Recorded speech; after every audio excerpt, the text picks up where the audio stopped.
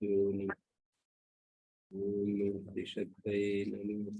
ओम असतो मा सद्गमय तमसो मा ज्योतिर्गमय मृत्योर्मामृतंगमय।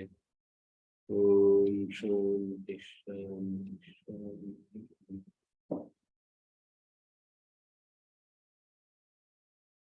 विदुर नीति कक्षा 34 छठा अध्याय हम आरंभ कर रहे हैं।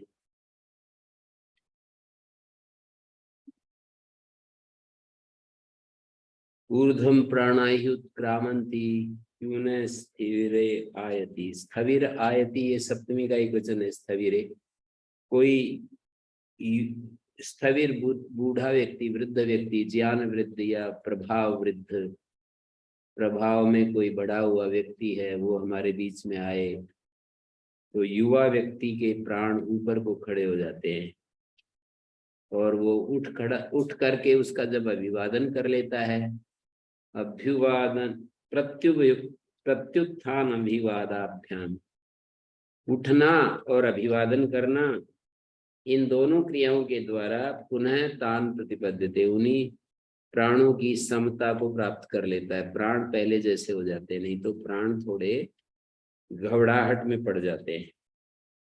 पीठम दत्वा साधवे अभ्यागताय, धीर पुरुष को क्या क्या करना चाहिए? धीर पुरुष क्या करे?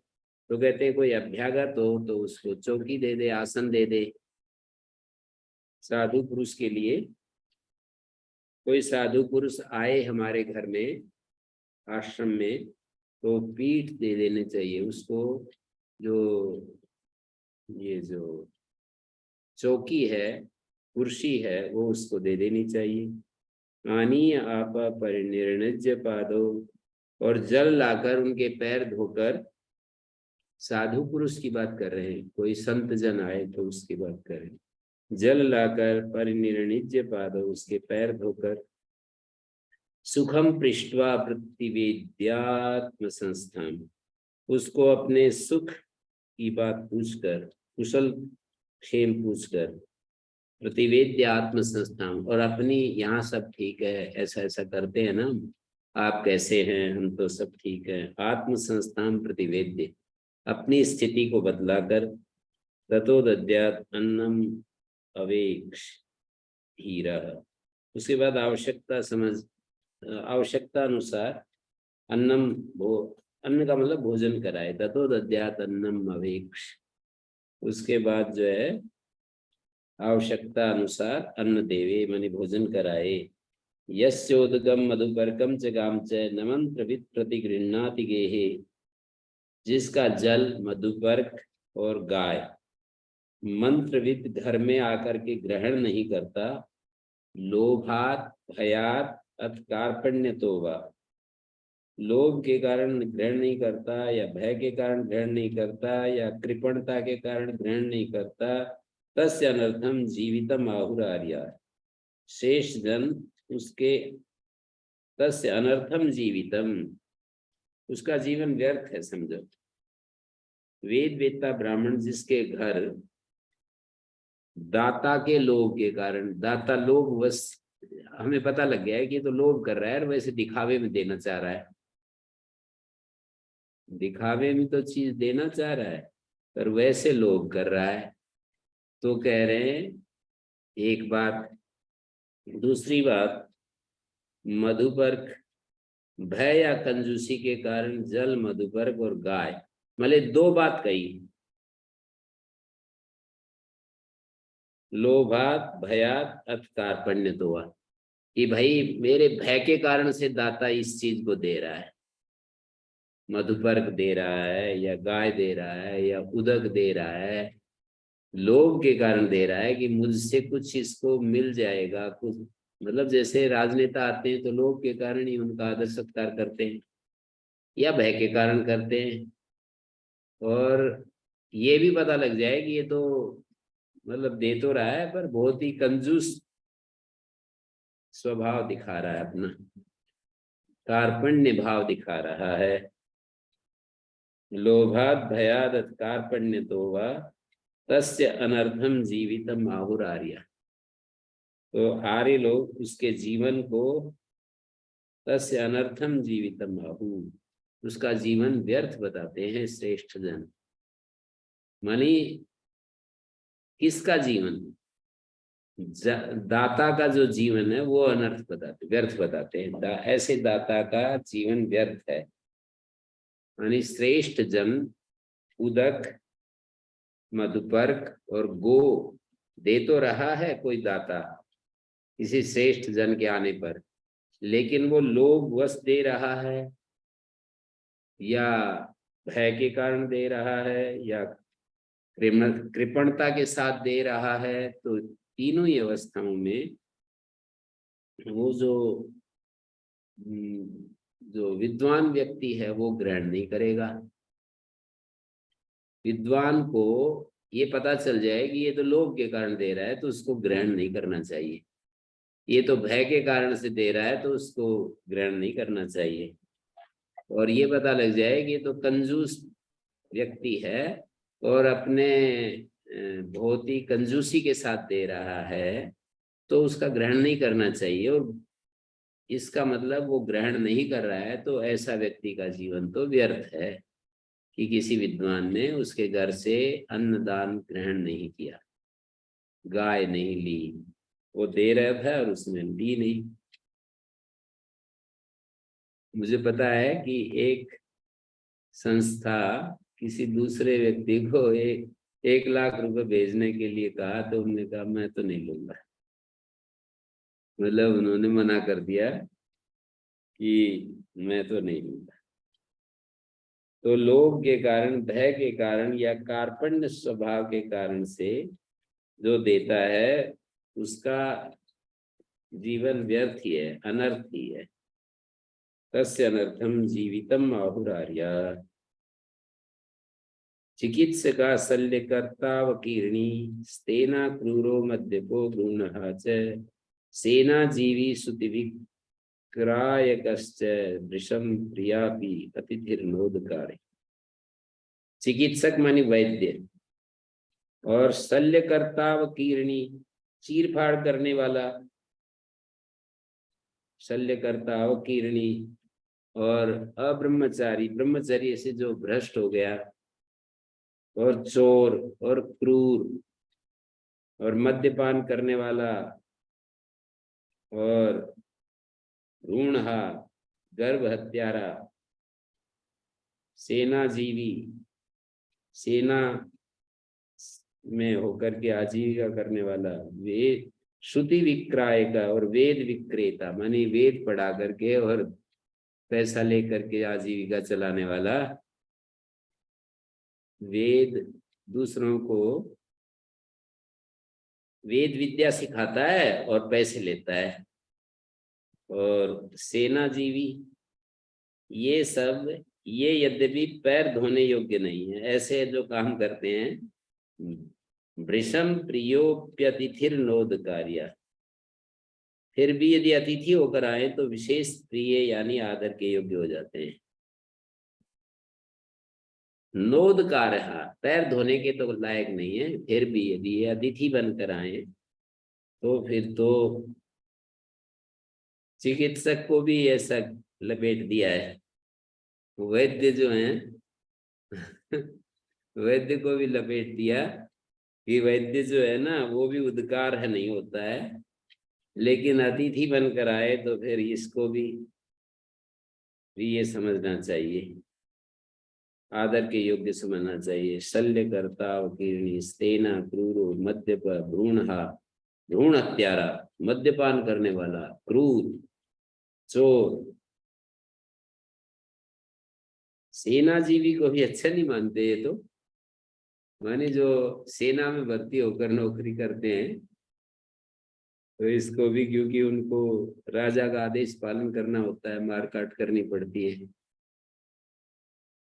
अविक्रयम लवणम पक्वमन्नम दधि क्षीरम मधुतैलम घृतम च तिला,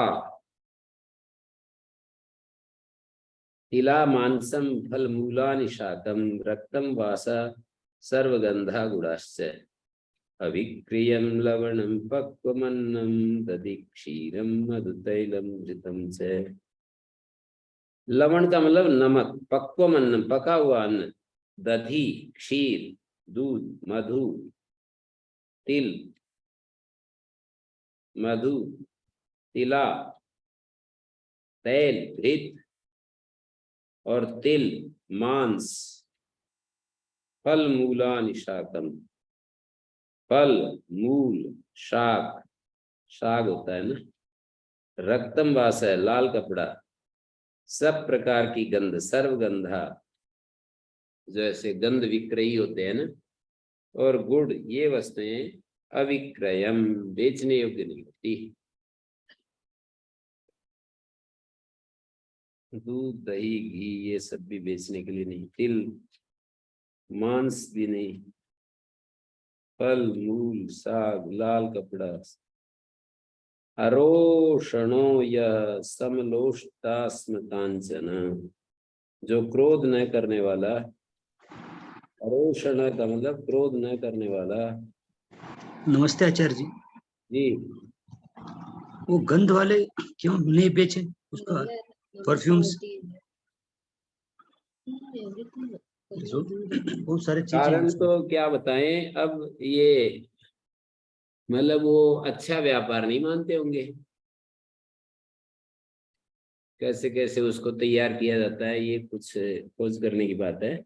वो फल वगैरह तो ठीक है, फल भी हैं? इसमें फल भी लिखा है, मांस लिखा है, इसी लाइन पे, एक ही लाइन पे, रोटी हाँ आदि। तो फल और मूल कंद आदि शाक आदि ये बेचेंगे तो अपने घर में इनको, जैसे दूध घी आदि भी, मतलब कोई आजकल की तरह कोई व्यापारी कर रहा है, बिजनेस कर रहा है तो उसकी बात नहीं है। अपने घर के लिए जो थोड़ा बहुत करता है वही बेच दे, तो अपने बच्चों को पेट काट करके खिलाना पड़ता है। पेट अपने बच्चों को तो रूखा सूखा खिलाए और दूसरों को ये, तो उस बात को शायद ध्यान में रखकर, जैसे दूध घी आदि है, दही दूध मधु पका हुआ अन्न इत्यादि जब बेचेगा तो अपने बच्चों को अच्छा नहीं खिला सकता है।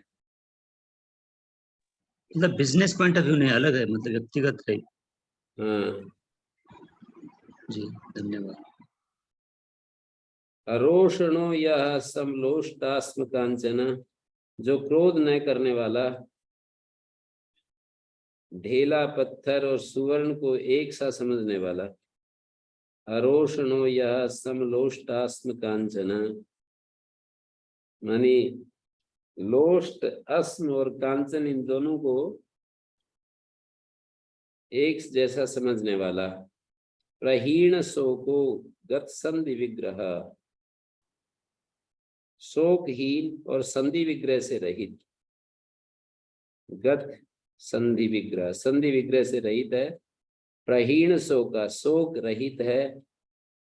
निंदा प्रशंसो परता प्रिया प्रिय, निंदा और प्रशंसा से जो शून्य है, निंदा प्रशंसा से जो उपरत है, और प्रिय अप्रिय का त्याग करने वाला है। प्रिया प्रिय त्यजन, प्रिय और अप्रिय का त्याग करने वाला।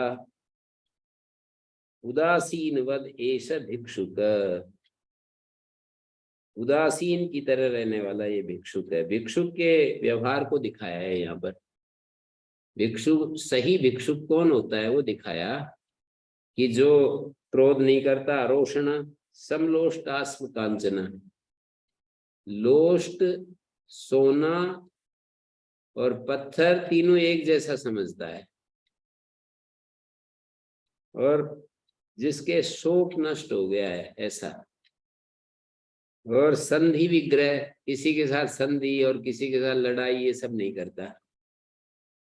संधि विग्रह का मतलब है जो किसी का भला करना, किसी का युद्ध करना, किसी के साथ मिलना, किसी के साथ अलग होना, ये सब नहीं करता। संधि और विग्रह, गत संधि विग्रह।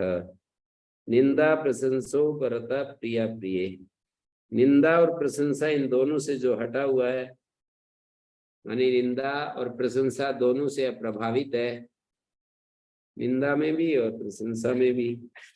प्रिया प्रिय त्यजन, प्रिय और अप्रिय इन दोनों को छोड़ता हुआ, माने उसको कुछ भी प्रिय अप्रिय नहीं लग रहा है और उदासीन है, ऐसा व्यक्ति को भिक्षुक समझो। उदासीन की तरह रह रहा है। नीवार मूलेंगुद शाक वृत्ति सुसंयतात्माग्निकार्येषु चोद्यः वने वसन् अतिथिषु अप्रमत्तो धुरंधर पुण्य प्रदेश तापस। तपस्वी, वन में रहने वाला, जो पहले तो भिक्षुक बताया, अब वानप्रस्थ को बता रहे हैं कि वो कैसा श्रेष्ठ माना गया है। तो जंगल में उत्पन्न चावल, कंदमूल, इंगुद, लिशोड़ा, साग खाकर निर्वाह करता है। जंगल में ही जो चीज उसको मिलती है उसी को खा पी करके मस्त रहता है। नीवार मूलें गुद शाक वृत्ति सुसंयतात्मा अग्निकार्य सुचोत्य। और सुसंयत आत्मा है जिसका आत्मा सुसंयत है, मन को वश में रखता है, अग्निहोत्र करता है और अग्निहोत्र करने वाला है। वने वसन अतिथिसु अप्रमत्ता, वन में रहकर भी अतिथि सेवा में अप्रमत्त है। वन में रहता हुआ भी कोई आगे पीछे से आ जाए तो उसको पानी पिलाता है, जैसा उसके पास है, अच्छी वाणी बोलता है, प्रेम से बात करता है। धुरंधरा पुण्य प्रदेश तापस, पुण्यात्मा तपस्वी वानप्रस्थी श्रेष्ठ माना गया है, सदा सावधान रहता है। धुरंधर, पुण्यकृदेश तापसा, पुण्यकृत जो है तपस्वी वानप्रस्थ श्रेष्ठ माना गया है। वने वसन अतिथिसु अप्रमत्ता, वन में रहता हुआ भी अतिथियों के बारे में अप्रमत्त है।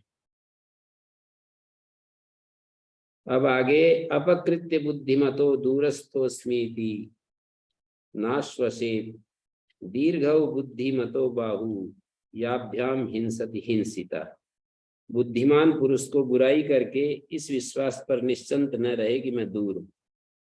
अपकृत्य बुद्धिमतो, अपकार करके, जैसे किसी का अपकार कर दिया बुद्धिमान को, दूरस्थो अस्मिति नाश्वसेत, ये विश्वास नहीं कर रहे कि मेरा क्या बिगाड़ेगा। किसी का अपकार हो गया तो जरूर वो भी हमारे लिए, हमने बीज बो दिए, वो भी अपकार करेगा। दीर्घ बुद्धिमतो बाहु, बुद्धिमान की बाहें बड़ी लंबी होती है, सताया जाने पर वो उन्हीं बाहों से बदला ले लेता है। व्याभ्याम हिंसति हिंसिता, जिनके द्वारा हिंसित हुआ है उन्हीं बाहों से वो बदला ले लेता है, हिंसा करता है। दीर्घो बुद्धिमतो बाहु, बुद्धिमान की बाहु, भुजाएं बहुत लंबी होती हैं। याभ्याम, जिन भुजाओं से हिंसति हिंसिता, हिंसित हुआ फिर वो दूसरे की हिंसा करता है। न विश्वसेद अविश्वस्ते, विश्वस्ते नाति विश्वसेद विश्वासात् भयमुत्पन्नम मूलान्यपि निकृन्तति। न विश्वसेद अविश्वस्ते, जो विश्वास का पात्र नहीं है उसका तो विश्वास करे ही नहीं। न विश्वसेद अविश्वस्ते, अविश्वसनीय पर विश्वास ना करे, विश्वसनीय पर भी अति विश्वास ना करे। विश्वस्ते नाति विश्वसेद विश्वासात् भयम उत्पन्नम, विश्वास से जब भय उत्पन्न होता है, मूलानि अपि निकृन्तति, तो मूल भी काट देता है।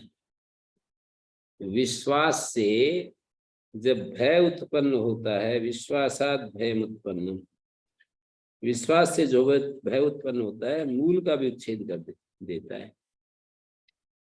जैसे हम विश्वास कर लेते हैं और बस विश्वास करने के बाद वो तो मूल का ही नष्ट कर देगा। विश्वास में आने के बाद वो कुछ भी कर सकता है ना, यदि करना चाहे तो। अनीर्षुर गुप्त दारश्च संविभागी प्रियम वद श्लक्ष्णो मधुर्वाक् स्त्रीणाम न चासां वशगो भवेत्। मनुष्य को क्या क्या करना नहीं चाहिए? अनीर्षु, ईर्ष्या रहित होना चाहिए। क्या क्या करना चाहिए, क्या नहीं करना चाहिए, वही बता रहे हैं। अनीर्षु गुप्त दारश्च, स्त्रियों का रक्षक होना चाहिए, ईर्ष्या रहित होना चाहिए। समविभागी, संपत्ति का बंटवारा न्यायपूर्वक करे अपने भाइयों में, अपने पुत्रों में। प्रियवादी, प्रियम वद, श्लक्ष्णो मधुर्वाक्, और स्वच्छ और श्लक्ष्णा मधुर्वाक् स्त्रीणाम, स्त्रियों के समीप मधुर वचन बोलने वाला, पर उनके वश में कभी ना हो। न च आसाम वश गो भवे, पर इनके वश में कभी भी ना हो। तो अनीर्षु गुप्त दारश्च समविभागी प्रियम वद, बांटने वाला, सम्यक प्रकार से विभाग करने वाला, प्रियवादी, श्लक्षण, स्वच्छ श्लक्षण, मधुरवाग स्त्रीणाम, और स्त्रियों के समीप मधुर भाषण करने वाला। न च आसाम वशो भवेत्, लेकिन इनके वश में होने वाला न हो। पूजनीया महाभाग्या, महाभागा पुण्याश्च गृह दीप्तया, घर की दीप्ति होती है ये स्त्रियां जो होती है, घर की दीप्ति होती हैं, पूजनीय होती हैं, महाभाग होती हैं, महाभाग्यशालिनी, सौभाग्यशालिनी होती हैं, पुण्य और पवित्र होती है, घर की शोभा होती है। स्त्रिया माने पूजा के, घर की शोभा होती है। गृहस्य उक्ता, घर की शोभा स्त्री बताई गई है, स्त्रियां। तस्मात् रक्षा विशेषता है, तो इनकी विशेष रूप से रक्षा करनी चाहिए।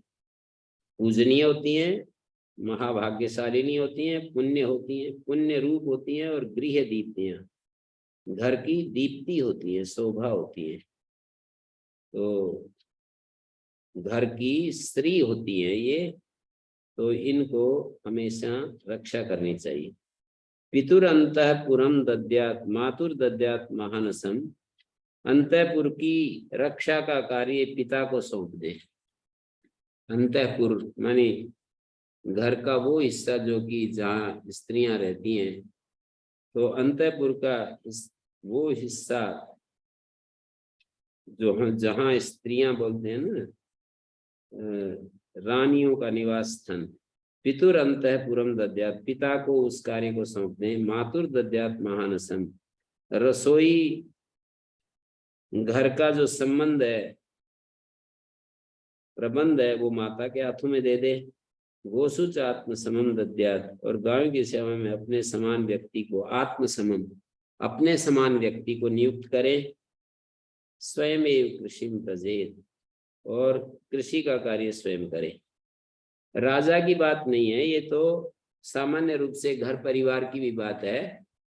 ये स्वयं तो कृषि कार्य करे, गायों को अपने जैसा कोई व्यक्ति विश्वसनीय है उसको सौंपे, और महानस को, अपनी माँ को रसोई घर में लगाए, और पिता को अंतःपुर की रक्षा में नियुक्त करे।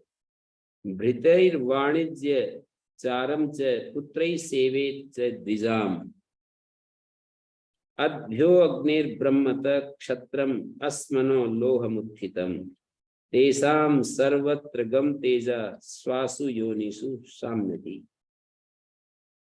माने सेवकों के द्वारा वाणिज्य व्यापार करे। भृत्तिर वाणिज्य चारम, भृत्य माने नौकरों के द्वारा वाणिज्य व्यापार करे। पुत्रैः सेवेत् च द्विजाम्, और पुत्रों के द्वारा ब्राह्मणों की सेवा करे।